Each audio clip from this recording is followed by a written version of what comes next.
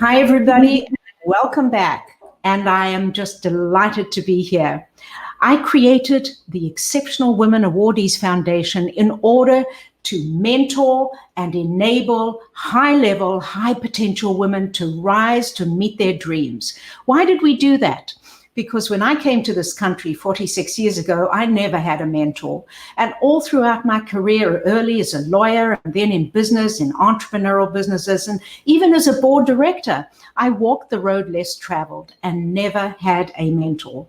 And so I wanted to be sure that women like me who walk the road less traveled would have a mentoring organization which would help them reach their dreams. And that's exactly what we do at the Exceptional Women Awardees Foundation. So today you're going to learn a lot about executive search and also about private equity. So let's go straight to it. Private equity. What, Kirsten, does a private equity investor do? Well, thank you, Lorraine, and it's great to be here. In general, what a private equity investor does is invest in private companies. Now, I am an operator, and so what I do when I go into a company is I take a look at it with a fresh set of eyes, and I see things that people who've been in the business day to day for years and years may miss. And I come up with an analytical framework that can help drive business results. And then sometimes I take interim management roles. Other times I partner with the existing leadership teams to help drive the results. And through that, the companies grow. So private equity, what does it mean, private equity? Why is it not just equity? Explain a little bit more about the role that a private equity investor actually takes in a company. Sure. So essentially, private equity means it's not public. It's not a publicly traded company. These are privately owned companies. And investors come and they invest in these companies. Now, there's all sorts of different ranges of private equity. It could be venture capital. It could be growth equity. It could be buyouts. Different firms have different areas that they focus on. But in general, it's just a way to invest in companies that are not public. So, Kirsten, you have taken the road less traveled, and we're going to come back to you because I want to get Sally into this discussion because she's another leader who has taken the road less traveled. So, Sally, you come from the UK, and I believe you started your career in a very different area from executive search. Tell us a little bit about that journey. Yes, so it's lovely to be here, and thank you for asking me to be here.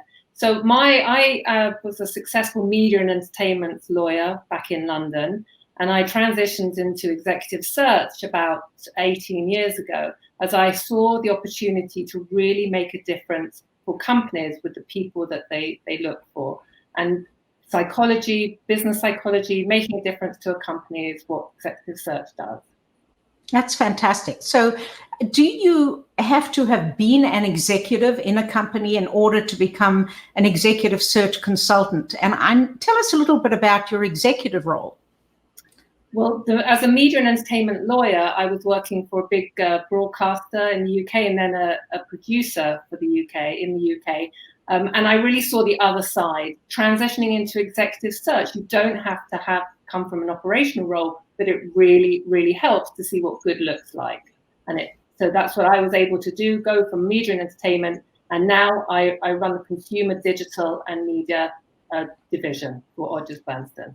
So Sally, those industries are changing and morphing all the time. What has been your experience in seeing this dramatic change that's happened, certainly in the media and consumer products with COVID?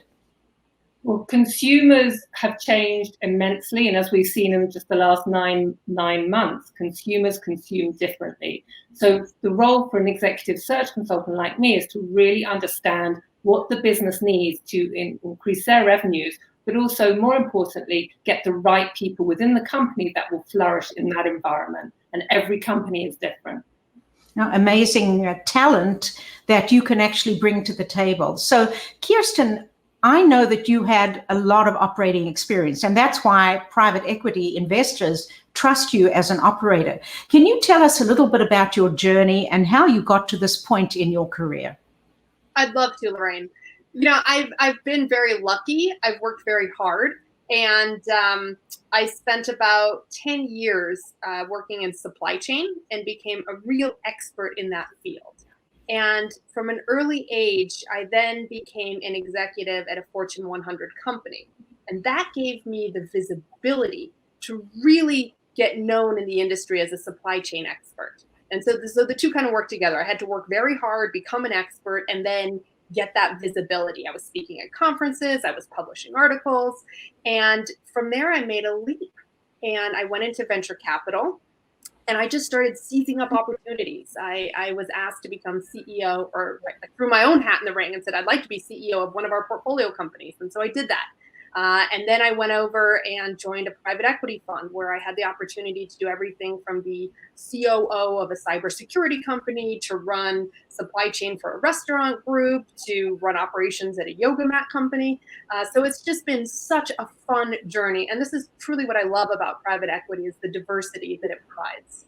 You know what I love about both of you is that you both started somewhere completely different from where you ended up, which is absolutely incredibly inspiring, because for many in our audience, both men and women, what you study in college and what you start off in your first job is not necessarily going to be where you end up. So that's, I think, very inspirational itself. So Sally, you've had a sort of double kind of experience because you've come from another country. And tell me a little bit about that. And I'm sure those in your audience, and I know we have a lot of folks who have come from other parts of the world who are listening to this. How has that adjustment been? That's a really interesting question. And I arrived from London 10 years ago, and I thought that we spoke the same language. I mean, we speak English here in Los Angeles, but I was very wrong. And it took me a while to really understand the cultural nuances. Now, pushing that forward, now I feel very comfortable and work with a lot of clients who come in from outside of the US to really find the right cultural match. So I think it's turned into a massive plus for me because I really understand what the business sense is, what the cultural nuances are, and what the business needs to succeed and flourish. So Sally, if I'm a company, I know that hiring you and Odgers Berntsen is going to help me find the right candidate. But what if I'm a candidate? Is that the kind of person you would speak to as well? Do you do both? Well, as executive search consultant, we are retained by the company. So the company is our client. However, saying that, it's our job to really understand the best-in-class candidates. Now, if you are a candidate and you want to get noticed, you can write to me, email me. But I would say, as a word of advice, because we get so many emails, differentiate yourself, do your homework, address it to the right person. Tell me a little bit about you, because it's all about relationships. I need to get to know the candidate in order to know where you need to be placed and what your motivations are. So I would say that. Yeah, I think that's really good advice. And certainly, I know, Kirsten, you have been very often the only woman in the room. And talk a little bit about that. And do you think that private equity is an opportunity for women executives or women operators? Because there are not a lot of women in PE. You're right. There are not a lot of women in PE, and I think there is a tremendous opportunity. So Sally just talked about her business being all about relationships. I find that in private equity, one of the things that really makes me successful is I am able to form relationships with the executives who I work with at these portfolio companies. Often private equity gets a bad rap for being the slash and burn, take no prisoners, and people are afraid. Private equity firm comes in and an operator comes in and they don't know what to do. And so by being able to build relationships and establish this rapport, I'm able to actually learn more information than my colleagues and use that information to make better business decisions. So I think that the ability to form relationships, which many women can do more naturally than men, gives us a competitive advantage in the industry. Yeah, I would agree with that. I think that's pretty insightful. So I know we have a lot of questions coming into LinkedIn, and I'm going to ask our producer if he has any that he wants to put up for us. Just go right ahead. Oh, we have one coming in right now. And it is going to be interesting to see who is watching our show. Here we go. We have Linda Loray, who is asking both of you, can you tell us about business relationship building? Okay, Sally, let's go to you first because you was talking about that as well. Yeah, absolutely. I mean, as Kirsten said, the relationship between the candidate and myself and the company is absolutely key. So for me, my role is done well when I get the right candidate in the right environment. And I always focus on people's motivations and where they want to get to their career. So I would say the business relationship is everything. But Sally, how do you do that now? I mean, you can't leave your home. You've got your homeschooling kids as well as running a huge business and very influential in your industry. How are you doing the relationship creation and building during this pandemic? There's two parts of that question. Ironically, the Zoom, I mean, everyone's got Zoom burnout, but I would say that Zoom's really afforded, when I interview a candidate, everyone's much more real and authentic now, because you can't solve for your kids walking in or your animal barking or meowing. It's much more natural and transparent. So you actually get to understand the candidate more. And it's actually better to do it like that. Yeah, interesting. I think a lot of people are certainly suffering, but there are some silver linings here. So Kirsten, you are also in a business, you were traveling all the time. How are you coping with this pandemic impact? I'm still traveling somewhat, and going to the original question about relationship building, one of the superpowers I have is I can speak foreign languages. So I speak 5 languages and I can learn new languages very quickly. And how Sally mentioned when she came to the United States and she thought everyone spoke English, and then learned that there's actually variations in English and it's a different language. What I find when I go into different portfolio companies is each company culture has its own language. And so by listening, actively listening and learning and mimicking the phrases that they use and the types of words that they say that's different, the metrics they use that's different, by learning that and listening intently and mirroring it, I'm able to build relationships much more quickly. So I was traveling, you're right, every week, and now it's down to about once a month. But I'm still using those listening skills to build relationships. No, that's great. You know, I always believe that you have to speak in the language of the receiver of the information, because that's how people can hear you. Our producer tells me we have another question coming in, so feel free to put it up there. Let's see who is asking a question now. And there we go, Marjorie DeHay. Thanks so much, Marjorie. Can you discuss ways to improve visibility in the COVID world, or innovative ways to network now? Oh, this is a great question, Marjorie, because both of these ladies have an answer. Kirsten, I'm going to go to you first and then to Sally. Yeah, I mean, I think this is such a great opportunity to improve visibility. In fact, better than in normal day-to-day. And it's through mechanisms like this, Zoom panels and article publishing. And in terms of networking, there's so many networks and they're all now online. And it's fairly easy to join them and to really get your name out there. So those are the top 3 ways that I would recommend improving visibility during COVID.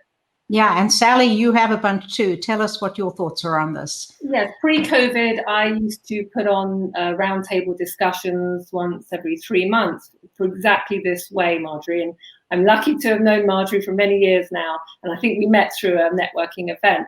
But now we just do it online, on a Zoom, and I still manage to make a lot of events online. And it's not the same, admittedly, but it's good. It's a start, and we still need to do that. And as women, we need to take the time to network like that, even though it's online. No, there's another question. We got a lot. And by the way, to the audience, if we don't get your question, please forgive us, but come back at the next show and we'll try and get you in that time. Okay, let's put up the next question. And that's Judy Schrecker. Kirsten, can you explain the difference between private equity and venture capital? I love that question, Judy. That's just what Kirsten mentioned earlier. And thanks for reminding me to come back to it. Yes. Tell me the answer. Yeah, it has to do with the stage of the company. So venture capital invests in earlier stage companies. Private equity, it's all private equity, but the traditional private equity, when I say that, what people think about is on later stage companies, so more buyouts. And so generally, and then there's a middle section called growth equity. So if you think of this spectrum, you have your seed angel investing, your venture capital, your growth equity, and then your buyouts and private equity over at the other end. So generally more mature businesses. Yeah, that's great. Sally, how do you make the best of an executive search consultant? If I'm a company and I'm going to hire Odgers Berndtson, how would I make the best use of your services? Well, we're very bespoke, and I know a lot of people ask me what's happening now, because a lot of in-house companies are taking in-house recruitment. So a lot of companies are using and building their in-house capability. It's not the same, and I'm not just saying that because I'm an executive search consultant, because the feedback that we get is that you disappear into a black hole. Using someone like me with companies is a bespoke service. We target the best-in-class individuals. We build the relationships, we add the assessment, we add the relationship side, and it's just a very, very different bespoke service to our in-house, who can go and speak to you, but it's just, we are the middle woman, can't say middleman, we're the middle woman that work with the company and with the candidate.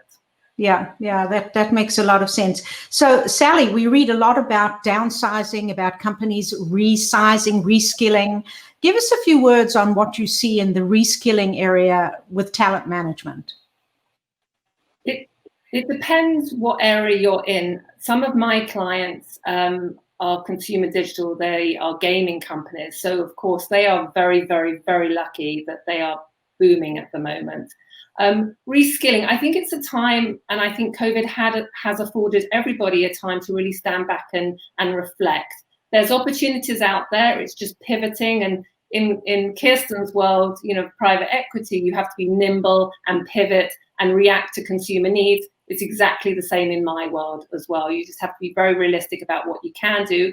And I help people with that. I help candidates who are at a bit of a crossroads and work out what they can do.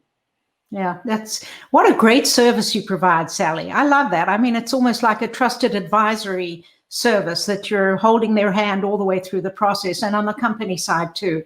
So there's another question which is coming in, fast and furious. It's CEO from James. I know who he is, and that's my son, and I'm so glad that he was watching the show, because I do tell him that he should do that, and now he did. Any tips on interviewing? He's running a very successful company, which is his fourth company. I'm his mom, I have to say that. And he wants to know any tips on interviewing both sides of the table in a Zoom-only world where you're not meeting candidates in person. Go for it, Sally. And then I know, Kirsten, you're also interviewing people as you go into these companies. So go ahead, Sally. So Zoom interviews, yes, they're not the same as in person, but I still think you can ask the same questions, see the reaction, as long as you're seeing their reactions in their face. One of my clients actually got to a point where they loved the candidate, and they had a dinner over Zoom. It can be done, not the same in person, but they managed to have a meal and just talk about non-work things to get to know the candidate, and the candidate gets to know the company better. Interesting. And what about you, Kirsten? Have you had some tips for James and others who are hiring? Yeah, I agree with Sally, and also to what she said earlier about you can sometimes see how people are more authentic in the Zoom environments. So you can get a better sense of who they are.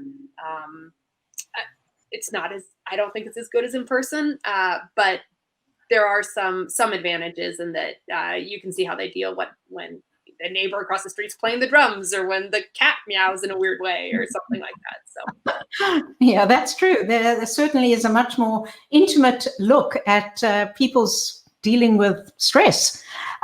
We have another question, which I'd love to see what this one says. Okay. Justin in Chicago. Do different PE groups focus on different industries? And Kirsten, just give us a few beats on that. Some of those industries and different PE groups. So yes is the answer. Different PE funds focus on different industries. Some of them focus on industrials. Others focus on consumer goods, and some don't have a focus at all, which is really interesting, because then you can do anything.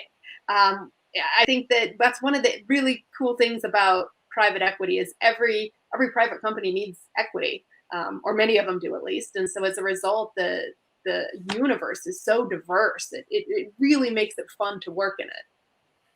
So, Sally, do you work with private companies, or are all of them public companies? No, absolutely. I work across private and public companies. Obviously, with the private companies, to what Kirsten was saying, seed and venture capital don't usually come to executive search, because we're probably too too much of a service as they need at the time. But I work across the field, especially in consumer digital and media and entertainment. There's a lot of private companies that want to scale very quickly and need either the adult in the room or the person that's really taken a business and scaled it internationally. Yeah, that's great. We have one more question coming up out of many, so it's exciting that everybody's participating. Thanks a lot. Oh, this is for Sally. Diana in San Francisco wants to know, how should women use executive search efficiently, and do they need to, and why? I love this question, Diana, because it's one of my passions in life to help women, senior women in business. Yes, they should use executive search and build relationships, as I said earlier, so that I can get to know your motivations and where you want to be. Go to the networking events that your trusted advisor, that the executive search consultant puts on, and you have to play the game. You have to be out there, raise your profile, and women are notoriously bad at promoting themselves, and so go for it. Absolutely. Oh, that is such good advice, Sally. I love it. And Diana, I hope you took that to heart. So, Kirsten, you are generally as a operator in private companies, I would imagine. How long is your stay there normally? And do you stay to see the company go public, if indeed it does? Give us a little bit of background on that idea. Yeah, I think it just depends on what I'm doing. I've worked anywhere from 4 months to a year at different companies, and I generally don't stay long enough to take it public. I go in, I fix something, I do something, I go on to the next thing, fix it, do it, go on to the next thing, but sometimes circle back around if something else breaks. I'm generally not getting calls to come in because things are going really well. It's generally because something needs fixing. So Sally and Kirsten, I know you probably both have opinions on this. And Sally, this might actually come from your earlier life as an attorney in a very large entertainment company. But we're seeing a lot fewer companies list on international stock exchanges. What are your thoughts on that from the perspective of executive search and also private equity? Do you think that the ultimate gain is eventually to go public? Or are you seeing a lot of value being created before that happens? That's a very interesting question, Lorraine, because today I was having that conversation with someone that owns a private company, and he said, I have no view to go public. I want to keep private company. I want to be the best at what we do and not have to worry about going public. So there's a lot of private companies that stay private on purpose because they want to do what they want to do without having to get stakeholders involved or the public. Yeah, there's no doubt. Not only is it expensive, but it's also pretty onerous from the regulatory standpoint. So I can understand that. Kirsten, what's your thought on that? Yeah, I think that there's a lot of different ways to exit these days, and we are seeing more and more companies staying private. IPO is still one way to exit, but it's not the only way. Yeah. So we have another question. Let's hear from someone from LinkedIn, Pam Koenig-Cohn. Hi, Pam. Kirsten, I've seen both VC and PE companies have a lot in-house expertise on operations, finance, M&E, etc. And do these firms also value experience in the branding and chief marketing officer role? What do you think, Kirsten? I think, Pam, it's a great question, and you're right. The standard ones, finance for sure, operations second probably, M&A, yes. But I think there is a need for marketing, particularly for growth companies and for companies that are entering into new markets. Now, that's interesting. What of the areas that I'm really interested in is the consumer products, Sally, because I know that so much has changed in that. Are you looking at different kinds of talent from other industries now to help those companies redesign themselves? Absolutely. And what's happened is that they're gone are the days where you just look in one industry for one type of candidate. So, for example, gaming, we're looking consumer products. I was on the phone to someone who has a golf simulation business today. They want to look at esports. Anything goes these days. And again, what I like to do is get the right culture fit. So you can have a track record, but they can really flourish if you get the culture fit, just right.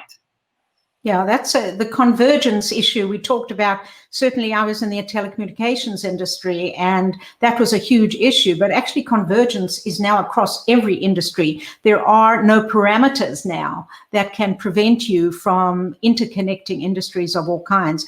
Kirsten, do you have a thought on that? And I know we just have 2 or 3 minutes to the end of the show.